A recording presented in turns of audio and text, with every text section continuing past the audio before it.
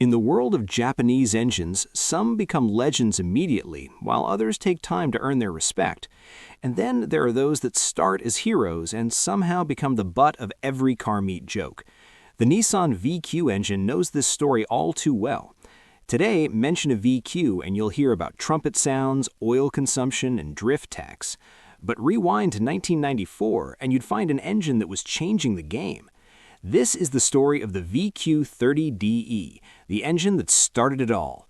Before the hate, before the memes, before every teenager with a cut muffler made you question your life choices, there was an aluminum V6 that won awards, set benchmarks, and proved Nissan could build world-class engines without a turbocharger in sight. Welcome to the early VQ era, when Nissan's 3.0-liter V6 was the engine everyone wanted, not the one everyone complained about. The early 1990s were a strange time for Nissan. Japan's economic bubble had just burst, and the company that gave us the Skyline GTR and 300ZX twin-turbo was suddenly facing harsh reality. Cost-cutting became the priority, and the legendary rear-wheel drive platforms that enthusiasts loved were getting expensive to maintain. Nissan needed a new direction. They needed an engine that could power everything from family sedans to luxury cars, something reliable, efficient, and competitive against the world's best. The VQ series had served them well through the 1980s and early 90s, powering the 300ZX and countless sedans, but it was showing its age. The all-iron construction was heavy, the timing belt required regular maintenance, and the overall design philosophy belonged to a different era. Enter the VQ project. Nissan's engineers set out to create a V6 engine family that would be lighter, more powerful, more efficient, and more refined than anything they'd built before. This wasn't just about making a good engine. This was about survival and proving that Nissan could compete with Honda's acclaimed J-Series V6s and Toyota's smooth operators. Production of the first VQ engine began in 1994, and it represented a complete departure from the VG series. The VQ30DE was designed from the ground up with one clear goal: volumetric efficiency. The VQ designation itself tells the story. V for the engine configuration, and Q, which some engineers used as a symbol for efficiency. This was an engine built around breathing well and making the most of every combustion stroke. The architecture was thoroughly modern. An all-aluminum construction with a 60-degree V angle kept weight down while maintaining perfect primary balance. The cylinder block used an open-deck design with micro-finished internals, something that sounds standard today but was cutting-edge in the mid-90s. The crankshaft was a micro-finished one-piece forged unit supported by 4 main bearings, fully balanced for butter-smooth operation. Bore and stroke measured 93 mm by 73.3 mm respectively, giving exactly 2,988 cubic centimeters, or just under 3.0 liters. The compression ratio sat at 10.0 to 1, which was aggressive for a naturally aspirated engine expected to run on regular unleaded in some markets, but it spoke to Nissan's confidence in their knot control systems. Each cylinder bank got its own aluminum head with dual overhead camshafts and 4 valves per cylinder for 24 valves total. The intake valve diameter was 36 mm, exhaust valves measured 31.2 mm. Camshaft specs on the original VQ30DE showed 232 degrees of duration on both intake and exhaust, with 8.55 mm of lift. These were conservative numbers by performance standards, but that was the point. This engine wasn't trying to be a race motor. It was trying to be refined, reliable, and responsive across the entire RPM range. Unlike the VG series, which used a timing belt, the VQ30DE employed a timing chain system, actually 3 timing chains. A primary chain drove the intake camshafts from the crankshaft, while 2 secondary chains connected the intake and exhaust cam sprockets on each cylinder head. This eliminated the regular timing belt service intervals and was expected to last the life of the engine. The water pump was relocated inside the timing cover, driven by the timing chain, further reducing maintenance. The fuel system used Nissan's EGI electronically controlled gasoline injection with sequential multi-point fuel injection. The original VQ30DE ran 260 cc's per minute injectors. Ignition came from Nissan's direct ignition system with individual coils on each spark plug, no distributor. This was the modern approach, improving reliability and allowing for more precise timing control. One deliberate choice that surprises people today: no hydraulic lifters. The VQ30DE used solid valve lifters that required manual adjustment every 60,000 miles. This might seem like a step backward, but it was a conscious engineering decision. Solid lifters were lighter, more reliable at high RPM, and gave more precise valve control. The trade-off was periodic maintenance, something Nissan deemed acceptable for the performance benefits. The result was an engine producing between 190 and 227 horsepower at 6,400 RPM, depending on market and specification, with 205 to 217 pound-feet of torque at 4,400 RPM. Not earth-shattering numbers, but delivered with a smoothness and refinement that immediately caught attention. In 1995, Ward's Auto World magazine launched something that would become one of the automotive industry's most prestigious honors, the Ward's 10 Best Engines list. The goal was simple: identify the 10 best engines available in the North American market based on power, technology, efficiency, and overall competitiveness. The VQ30DE, in its debut year powering the 1995 Nissan Maxima, won a spot on that inaugural list. This wasn't just any award. This was validation from an independent automotive authority that Nissan had created something special. An engine that could sit alongside BMW inline sixes, Honda's VTEC 4s, and American V8s and hold its own. But winning once would have been impressive enough.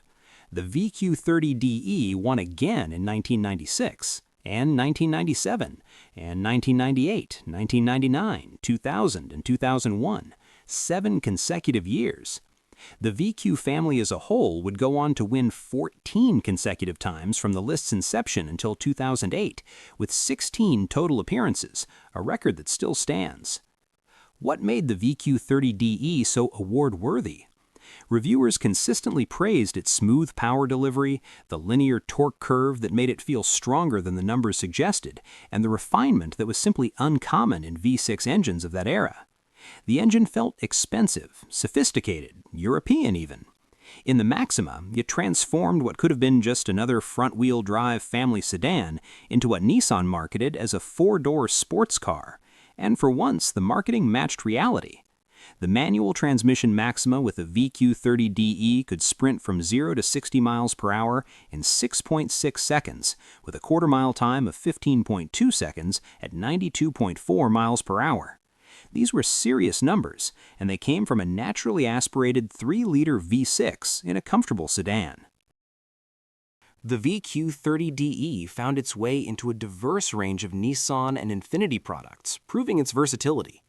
In Japan, it debuted in the 1994 Nissan Safiro A32, the mid-size sedan that would be rebadged as the Maxima in export markets.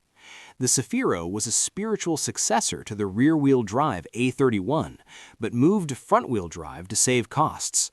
What it lost in driving dynamics, it gained in practicality and interior space. The engine powered the R34 Skyline in non-GTR trim, offering a more affordable entry point to the Skyline nameplate. While GTR fanatics focused on the RB26DETT, the VQ30DE Skylines provided smooth, reliable performance for daily drivers who still wanted that Skyline badge. It also appeared in the Nissan Gloria, Leopard, Bassara, and Presage, showing its adaptability across sedans, coupes, and even minivans. In North America, the 1995 to 1999 Maxima A32 became the VQ30DE's showcase. The Infiniti i30, essentially a luxurious Maxima, shared the same powertrain and brought the VQ experience to buyers willing to pay for premium features. In 2000, Nissan introduced an improved version, the VQ30DE-K. The K stood for Kaizen, the Japanese word for continuous improvement. The DE-K received significant upgrades, including a true dual-runner intake manifold that improved high-end breathing compared to the single-runner design on earlier models. The camshafts were revised with modified duration specs, 224 degrees on the intake and 232 on the exhaust, with lift increased to 8.55 millimeters intake and 9.0 millimeters exhaust. Fuel injectors grew to 290 cc's per minute. The exhaust system was redesigned for better flow. These changes bumped power to 222 horsepower in the standard 2000 to 2001 Maxima, with a special 227 horsepower version for the Anniversary Edition SE model. The Infiniti i30 received an even more elaborate setup, with an additional fender well cold air intake, pushing output to 230 horsepower. The improvements made the DE-K feel noticeably more eager to rev and more responsive in the upper RPM range, while maintaining the smoothness that made the original special. While the naturally aspirated VQ30DE was earning awards, Nissan also developed a turbocharged variant, the VQ30DET. This engine took the same basic architecture, but added reinforced internals to handle boost. The connecting rods and crankshaft were strengthened. Pistons were redesigned for a lower 9.9:1 compression ratio, and a Garrett M24 turbocharger was fitted with a unique intake manifold and tubular headers. Running just half a bar or 7 psi of boost, the VQ30DET produced 280 horsepower at 6,000 RPM and 285 pound-feet of torque at 3,600 RPM. The power was electronically limited due to the Japanese gentleman's agreement that capped advertised output at 280 horsepower, but the actual performance was significantly stronger. The VQ30DET found its home in higher performance Nissan models in the Japanese market, including certain Skyline and Gloria variants. It proved that the VQ architecture could handle forced induction without major redesigns, something that would become relevant later in the engine family's evolution. Nissan even developed a twin turbocharged racing version, the VQ30DETT, exclusively for Super GT competition. This engine first appeared in the 2002 Skyline GTR race cars, replacing the legendary RB26 DETT in motorsports. Homologation rules allowed them to use the VQ30DETT instead of the stock VQ35DE in the Fairlady Z race cars. Race output was estimated around 480 horsepower, and it proved competitive against purpose-built racing engines. In 2002, Italian racing car manufacturer Dallara built an open-wheel racer called the SN01, also known as the TO2, for the World Series by Nissan Racing Championship.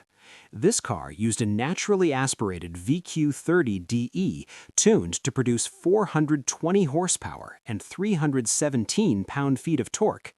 The fact that a 3-liter production-based V6 could be developed into a legitimate racing engine, making 140 horsepower per liter naturally aspirated, spoke volumes about the fundamental soundness of the design.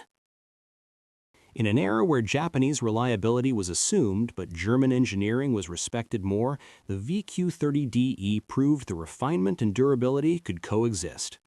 Owners routinely reported engines lasting well over 200,000 miles with nothing more than regular oil changes and the required valve adjustments. The timing chain system proved its worth, with chains typically lasting 150,000 to 250,000 miles before needing replacement, far outlasting any timing belt. The early VQ30DE engines from 1995 to 1999 were particularly simple and cheap to repair. Without variable valve timing or complex electronic systems, diagnosis was straightforward and parts were affordable. The all-aluminum construction meant less weight, but also less thermal mass, so the engine warmed up quickly in cold weather and ran at optimal temperatures faster than iron block competitors. Common issues were minor and predictable. Mass airflow sensor failures affected some early cars, ignition coil problems cropped up on 1999 models specifically. Oxygen sensors would occasionally need replacement, ECU glitches appeared rarely, valve cover gaskets could leak oil, especially on high-mileage engines that saw hard use or inconsistent maintenance. Some engines experienced catalyst deterioration, where ceramic dust from failing catalytic converters could be ingested into cylinders, causing cylinder wall scoring and excessive oil consumption. The solution was upgrading to high-flow aftermarket catalytic converters. But these were issues of age and wear, not fundamental design flaws. The VQ30DE's mechanical components, the pistons, rods, crankshaft, camshafts, were robust and well-engineered. Owners who maintained their engines properly found them to be remarkably trouble-free. The required valve adjustment every 60,000 miles was viewed as routine maintenance, not a burden. In fact, many enthusiasts appreciated the solid lifters for their precision and reliability. The VQ30DE also established a reputation for being receptive to modifications without major reliability concerns. Bolt-on modifications like cold air intakes, headers, and exhaust systems could extract additional power. With an aftermarket ECU tune from companies like JWT or UPrev, cam upgrades to something like 256 degrees duration with 10.5 millimeters of lift and supporting valve springs, the VQ30DE could make respectable naturally aspirated power. Some tuners even stroked the engine to 3.3 liters using VQ35 crankshafts and connecting rods, creating a bridge between the 3.0 and 3.5 displacements. For those wanting serious power, turbocharger kits were available. Running moderate boost on stock internals, a VQ30DE could reliably make 300 horsepower. With a forged rotating assembly, the sky was the limit. This tuning potential made the VQ30DE popular in grassroots motorsports and drift builds, setting the stage for the VQ's later reputation in the modified car scene. In 1997, Nissan introduced a technologically advanced variant, the VQ30DD. The DD designation indicated direct injection using Nissan's Neo-D system. This was cutting-edge technology for a production V6, bringing diesel-like efficiency benefits to a gasoline engine. The VQ30DD maintained the same 93mm bore and 73.3mm stroke as the standard VQ30DE, but compression jumped to 11.0 to 1, made possible by the precise fuel delivery of direct injection. The engine also received variable valve timing on the intake camshafts through Nissan's CVTC system and a variable length intake manifold that optimized runner length across the RPM range. Power output ranged from 228 to 255 horsepower, depending on application, with torque figures reaching 217 to 239 pound-feet. The VQ30DD was more efficient than the port-injected VQ30DE and offered better low-end response thanks to the variable intake system. However, it also brought complexity. Direct injection systems are sensitive to fuel quality, and the VQ30DD could experience carbon buildup on intake valves since fuel wasn't washing over them. Mass airflow sensor issues became more common. The VQ30DD appeared in Japanese market vehicles like the Cedric, Cefiro, and Gloria from 1997 to 2004. It represented Nissan's forward-thinking approach to emissions and efficiency, but the added complexity made it less popular in the tuning community compared to the simpler VQ30DE. By 2001, Nissan began introducing the VQ35DE, a 3.5-liter revolution that would eventually replace the VQ30DE in most applications. The VQ35 brought more displacement, more power, and the addition of Nissan's CVT-CS variable valve timing on the intake side. It produced anywhere from 228 to 306 horsepower depending on application and became the engine of choice for the 350Z and Infiniti G35. The VQ35DE continued the Ward's 10 Best Engines winning streak, appearing from 2002 through 2007 and again in 2016. It proved that Nissan's VQ formula worked regardless of displacement. But something started changing in the perception of VQ engines during this era. As the 350Z and G35 became popular, affordable sports cars, they attracted a younger demographic. These cars were perfect for drifting, readily available, rear-wheel drive, and relatively inexpensive. The problem was not everyone who bought them understood how to properly modify or maintain them. Cheap, straight-piped exhaust became common, and the 60-degree V-angle of the VQ created a distinctive exhaust note that could charitably be described as unique. At worst, it sounded like an angry trumpet section having a mechanical breakdown. The sound issue became a meme. VQ engines were loud, raspy, and lacked the melodious wail of Honda's VTEC engines or the rumble of American V8s. Enthusiasts started joking about VQ sound, and that reputation stuck. It didn't matter that in stock form with proper exhaust systems, VQ engines actually sounded quite good. The damage was done. Oil consumption also became a talking point. VQ35 and later VQ7 engines had higher oil consumption than competitors, requiring owners to check and top off between changes. Some of this was by design. Nissan engineers believed a thin film of oil on cylinder walls was acceptable for lubrication, but it frustrated owners used to engines that never needed oil between changes. The timing chain system that was praised for reliability in the VQ30DE era started showing weaknesses as VQ35 and VQ37 engines accumulated miles. Timing chain tensioners could fail, chains could stretch, and the repair required significant labor. The catalyst ingestion problem that occasionally affected VQ30DE engines became more prevalent in VQ35 applications, leading to cylinder scoring and catastrophic engine damage if not addressed. As the cars aged and found their way into budget-conscious hands, deferred maintenance became common. VQ engines that didn't receive regular oil changes or proper care developed issues. Engines that were modified poorly or abused failed. The reputation for bulletproof reliability that the VQ30DE established began to erode. The drift tax phenomenon didn't help. As 350Zs and G35s became the affordable drift car of choice, demand drove prices up.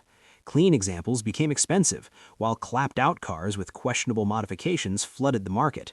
The association between VQ engines and poorly maintained drift missiles tarnished the image further. The story of the VQ30DE is a reminder that context matters. Judging an engine by what the platform became years later, after it fell into different hands in different markets, isn't fair to the original engineering achievement. The VQ30DE was never supposed to be a drift missile engine.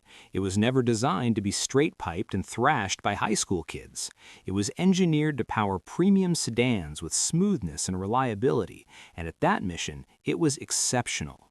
Before the VQ hate became a thing, before the trumpet memes and the oil consumption complaints, there was the VQ30DE, an all-aluminum V6 that won awards, set benchmarks, and proved Nissan's engineering prowess.